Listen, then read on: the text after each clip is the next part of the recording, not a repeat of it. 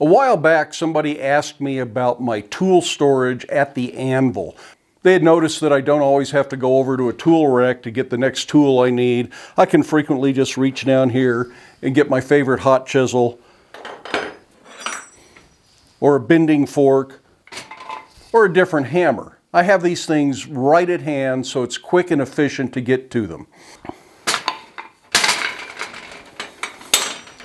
So I thought this would be a good opportunity to show you the 3 different things I use for tool storage at the anvil.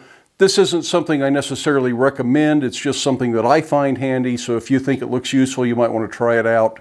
So let's take a look at what I've got here at the anvil. The most notable thing is probably this swing out tray. And this is just a place to set thing, and like all horizontal surfaces, it can be a real junk collector at times and collect little cut-offs and pieces of scrap that you're not doing anything with, so it needs to be cleaned off every now and then. It's made out of some expanded metal, so most of the scale and dust and things like that fall through, so it doesn't collect that kind of junk anyways. And it's a place I can set my wire brushes, my round nose pliers if I'm working with those, and I keep my most used hammers on here, and that's just 4 hammers. I've got a rounding hammer, a 2.5 pound cross peen, my 2 pound diagonal peen hammer, my 4 pound double diagonal peen. And then I also keep a Hardy. If you're only going to have one tool stored at the anvil within an easy reach, a cutoff Hardy is probably the one I would recommend. Now this can be in the way. If you have a striker, this is really in the way, so it's removable. It just fits in a pipe socket. I don't know if you can see that down there or not, but there's a pipe socket on here, and that drops down in that socket, and that's what allows it to pivot. But I find this handy because I work alone most of the time. When I do a demonstration and I have other people in here and I have the luxury of a striker, I do take this off, set it aside, move the swedge block out of the way, and then a striker can get in here. Now the next little tool holder I have, it's just 2 parallel bars. These are set 1.5 inches apart because I have 1.25 inch Hardy shank, and so those drop in there very easily. But I would certainly adjust this based on what size your Hardy hole in your anvil is. Otherwise, you might actually have tools that fall through that and end up on the floor.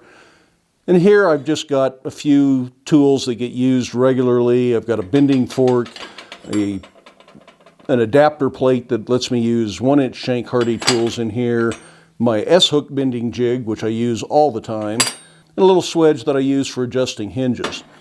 And I can put other things in here. There's room for a couple more tools, but these just tend to live there, and that way I know where they are. Then under the horn of the anvil, where they're out of my way, I have these little pipe sockets and a piece of angle iron so stuff doesn't fall all the way through. But because there's a gap, any scale that falls in there can go all the way through, and it's easy to get rid of and doesn't fill up the socket. And I keep a hot chisel, a tapered punch that I use for opening holes mostly. This thing's really bent up. I need to make one to replace it. And I keep my most used hinge eye pins because I make quite a few hinges. It's really nice to just have these right there at the anvil. It's getting to the point I use them for sizing other holes as well. I keep a center punch, and then I have a commercially made H13 hot chisel that lives over here. Very handy to have this stuff here. And down here on the bottom, I've got a nail in there with a couple of pieces of scrap that I can use for cutting plates, and those come in very handy. But again, this is under the horn where it's out of the way. Now on the side of the anvil where I stand, I don't have any tools stored here because I don't want anything to bang my knees or my shins on. I want to be able to get up close to the anvil if I need to, so I don't put any tool storage over here at all. Now another option for tool storage close to the anvil is a little rolling tool cart like this. And this one can roll up right where you want it. You can set it near the anvil. It holds hammers, punches, swedges, whatever you need. There's plenty of room for Hardy tools on the sides of it. There's a tong rack on the back of it. And it's really a pretty handy tool rack.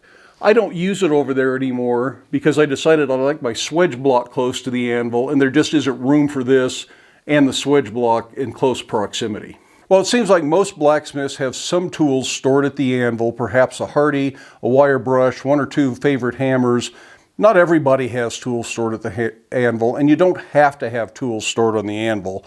I just find it convenient in my shop. If you'd rather have a tool rack on the wall or somewhere else and keep your anvil 100% clear all the way around, that does make it a little bit easier for striker, or if you need to dance around your anvil to get just the right approach to something, sometimes that's handy. But in general, I have found that I adapt to this stuff very well, and I know where it's at. It doesn't bother me. And like I say, that swinging tray that is the thing that is most in the way is easily removable, and I can go set it aside. So if I have the luxury of a striker, I get to take that out, and I can still have a striker. So for the folks that were asking about tool storage at the anvil, I hope this answers your question. For everybody else, I hope you enjoyed the video. Give it a thumbs up if you did. If you haven't done so already, I would love it if you hit that subscribe button. Feel free to share the videos with your friends or on social media, but then make time in your day to get out to your shop, make something, stay safe, wear your safety glasses.